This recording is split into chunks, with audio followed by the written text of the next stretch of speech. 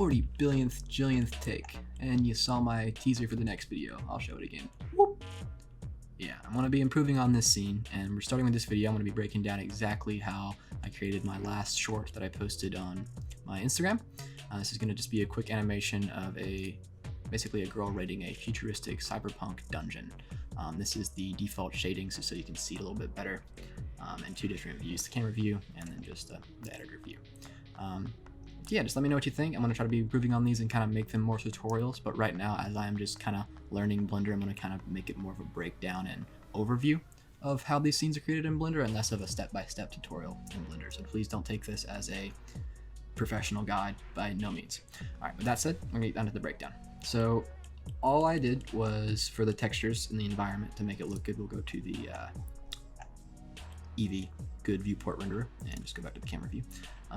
To make this surface, this super cool like cyberpunk esque computer whiz texture that it is, all it is a program called JS Placement, and it's an amazing free generation displacement tool that I found that JS Displacement 2 generates really abstract,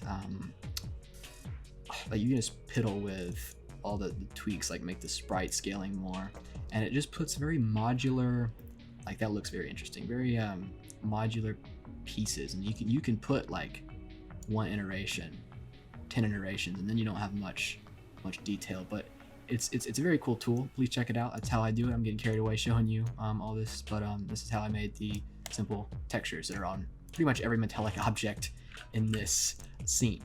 But yeah, you generate that, export it out, and then assign it to all these objects, which I'm not going to go into because it's not a tutorial, but this is going to be a quick, simple camera move. You can see it's just going from top, going up a little bit, just really two simple keyframes to make that camera move work. As far as the spheres go, that's just an emission shader on a sphere. As for the rig, let's get into some interesting stuff. The rig is for sure actually, generated. I have no skill, so I wouldn't be able to hand model this in any amount of time in the world. But if I could, I would definitely tell you.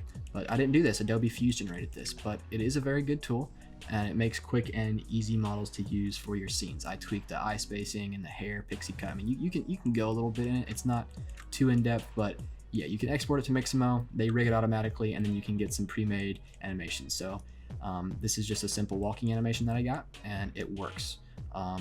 Yes, it's basic, but I actually have a Rokoku motion capture suit that I'm going to be using to improve on this scene and make the scene longer with more custom thought out animations. But right now I'm still fine-tuning how to work all that, so we're just going to be doing the basic walk. And again, why would you record a walking animation if someone already has a walking animation out there? Like why do the time? So yep, got this really cool just simple walk animation of her coming up and walking up. The environment, all done really quick. I did a little time lapse of all this, which I'll be showing overlaid during I'm talking about this. But yeah, the whole scene came together in one night. I'm still obviously going to be improving on this and showing you what I can do with Rokoku Studio and how I can make the Rokoku motion capture suit fit my needs and do some more custom animations, just so I can actually pick up this sphere and interact with it. But yeah.